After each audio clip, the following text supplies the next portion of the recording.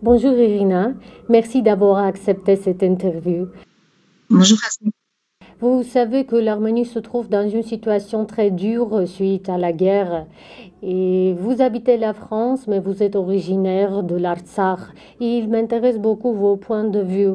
D'après vous, ce qui nous a mené à la défaite du Haut-Karabakh? Pour moi, la guerre a commencé il y a bien longtemps. D'abord, il y a eu une guerre diplomatique contre l'Arménie et l'Artsakh. Et malheureusement, nous avons perdu cette guerre diplomatique. Il faut l'accepter. Après, il y a eu toute une préparation de la part de l'Azerbaïdjan et de la Turquie. Et là, c'est la défaillance de notre sécurité nationale qui n'a pas su détecter le danger de la guerre. Pourtant, tous les signaux étaient là. Et ensuite, la préparation. Dans la préparation, il y a de très nombreux éléments qui posent un énorme problème, comme par exemple la défense aérienne. Qu'est-ce qui s'est passé? Pourquoi cette défense aérienne n'a pas fonctionné? Pourquoi elle n'a pas été déplacée? Il faut que le gouvernement de l'Arménie réponde aux questions. Qu'est-ce que les Russes ont exactement proposé? Pourquoi ils ont refusé? Pourquoi ils ont refusé la cessation des hostilités et de céder certaines régions au début de la guerre, comme ça a été la proposition de Onik Gasparian? Pourquoi, autour du 20 octobre, le gouvernement arménien a refusé la proposition de Poutine? Qu'est-ce qui s'est passé? Et que faisait la sécurité nationale? Que faisait le Conseil de sécurité? Ce sont des questions très graves, des questions qui demandent une réponse. Et je pense que ceux qui sont au gouvernement aujourd'hui doivent mesurer leurs responsabilités. Cette responsabilité n'a jamais été de velours, comme on nous a dit. La révolution de velours ne veut pas dire une responsabilité de velours. Il faut qu'ils comprennent qu'ils ont échoué. Ils ont échoué dans le champ de bataille. Ils ont échoué dans le domaine diplomatique et ils ont échoué leur responsabilité. Il faut qu'ils acceptent et il faut qu'ils partent. Vous avez perdu aussi votre village natal avec Aranots. Vos proches ont perdu leur maison. Dans quelle situation se trouvent-ils? Ils sont profondément déchirés, ils sont éprouvés, ils ne comprennent pas ce qui s'est passé.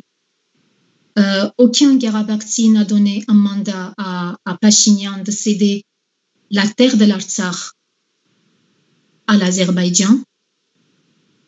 Depuis 400 ans, aucun ennemi n'avait mis son pied dans mon village, avec Aranots, qui a été le centre du Milika Valanda. Et moi, je pense que les autorités doivent répondre pourquoi ils ont cédé ces villages. Il faut qu'il y ait une enquête. Il faut que les gens comprennent qu'est-ce qui s'est passé exactement. Vous êtes de la diaspora arménienne de France. Pouvez-vous parler au nom de la communauté arménienne? Quelle était sa réaction après l'accord du cessez-le-feu du 9 novembre? Quelle est son opinion sur ce sujet?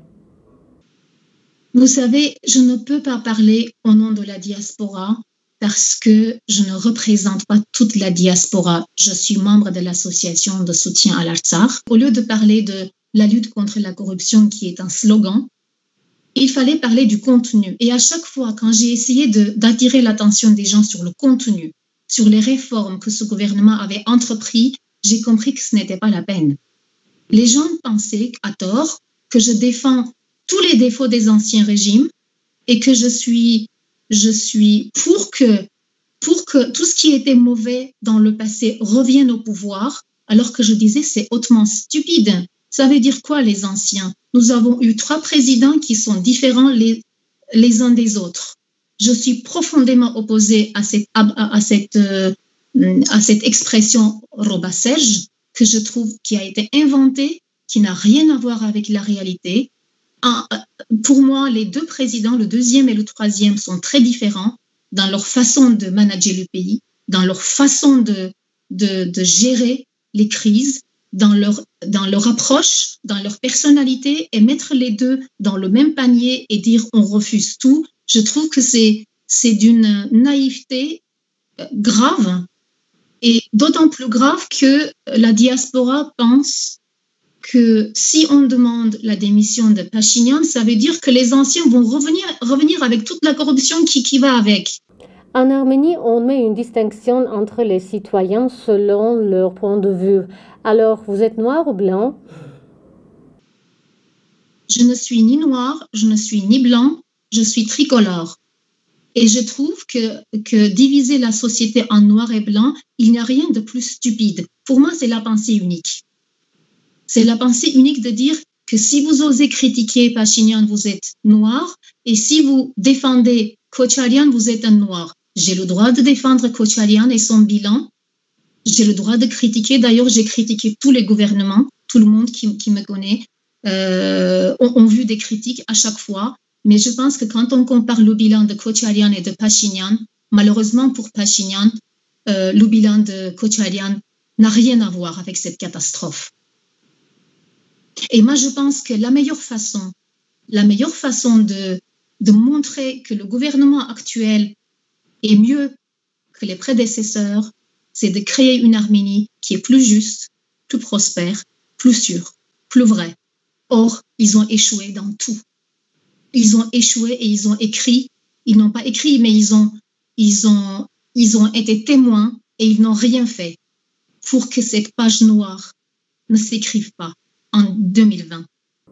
Il y a aussi la présence des agents de Soros implantés en Arménie. Pensez-vous que cela a joué un rôle? Je pense que ça a joué un rôle important, mais ce qui a surtout joué un rôle, c'est la dégradation des relations entre l'Arménie et la Russie. Vous savez, il y a un an, un peu plus d'un an, début octobre, lorsque Poutine est venu à Yerevan, j'ai vu la vidéo. C'était tard en France. J'ai regardé cette vidéo où Poutine arrive en Arménie. Le Premier ministre ne l'a pas accueilli, le président de la République non plus. On voit la voiture arriver à Barlamian 26 et on voit personne accueillir le président russe, notre plus grand allié, membre du Conseil de sécurité de l'ONU, le premier investisseur en Arménie. La Russie a la plus grande diaspora arménienne. Et Poutine arrive en Arménie, aucun accueil. J'ai téléphoné à mes amis et à ma famille ce jour-là et j'ai dit, je suis très inquiète, il y aura une guerre et nous serons seuls et on va perdre la guerre. C'est-à-dire, d'après vous, la politique anti-russe a provoqué cette guerre? On ne peut pas dire provoquer, mais la politique anti-russe a isolé l'Arménie de son allié.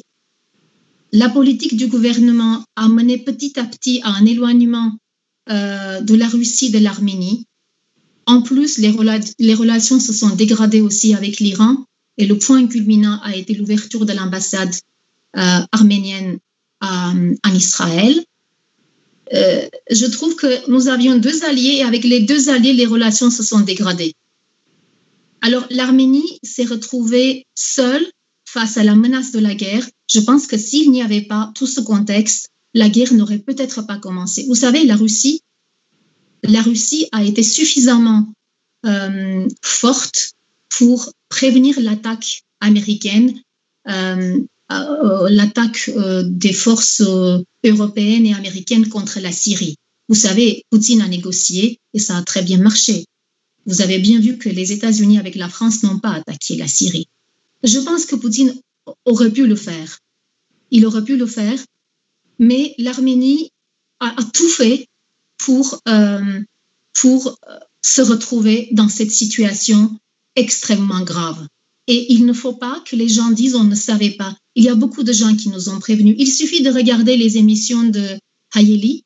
J'admire la journaliste qui mène toutes ces interviews, Angela Tovmassian, avec plusieurs acteurs, des acteurs du passé, des acteurs des gouvernements précédents, des acteurs de la culture, des écrivains et des partis politiques. Il suffisait de regarder toutes ces émissions-là, ou quelques-unes de ces émissions, vous auriez senti de graves menaces dans le ciel arménien. La France est le premier pays qui a annoncé la présence des djihadistes dans le Haut-Karabakh qui faisaient la guerre contre les forces armées arméniennes. On a vu l'aide humanitaire accordée par la République française aux Arméniens affectés par le conflit du Haut-Karabakh. La France fait tous ses efforts pour aider les Arméniens d'Arménie et d'Artsakh. Quelle est votre analyse à ce propos? Bien sûr, la déclaration d'Emmanuel Macron a été très courageuse de dénoncer la présence des djihadistes, l'ingérence de la Turquie, bien évidemment, mais il faut savoir que la France a des intérêts économiques avec la Turquie. La France a des liens économiques très développés avec l'Azerbaïdjan. Et même si l'opinion publique française est très arménophile, très pro-arménienne, même si les Français, dans la majorité des cas, seraient pour que la France aide l'Arménie d'éviter cette défaite, il faut savoir que la politique étrangère de la France ne peut pas être remise en question. Et dans cette politique étrangère, jamais je n'ai vu une proposition, un document, un article, une phrase de soutenir l'Arménie militairement. Et tous ceux qui pensaient que la France pourrait intervenir pour nous aider, je pense que ces gens-là étaient un petit peu dans un rêve irréaliste. Revenons au premier sujet et il sera ma dernière question. D'après vous, quelle est la solution pour sortir de cette crise? Je pense que le gouvernement doit démissionner. Il faudrait constituer un gouvernement de crise. Il faudrait prendre dans ce gouvernement différents acteurs de l'opposition. Je suis sûre qu'en Arménie, il y a des forces politiques, il y a des individus qui sont capables de rassembler. D'abord, il faut rassembler, il faut arrêter la division en noir et blanc.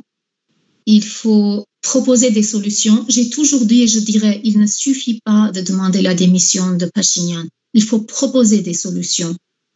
Et il faut anticiper des élections en Arménie. Et si vous voulez mon avis, il faut changer la constitution. Il faudrait revenir au régime présidentiel. Il faudrait un grand travail dans le domaine législatif. Il faudrait aussi priver le futur dirigeant de l'Arménie de ce pouvoir suprême de tout décider pour le pays. Il faudrait éviter qu'un parti politique puisse dicter tout ce qu'il veut et changer tout ce qu'il veut dans le pays, que ce soit dans les manuels scolaires ou dans l'armement ou dans les décisions des traités internationaux, etc. Merci Irina d'avoir accepté mon invitation. Merci à vous.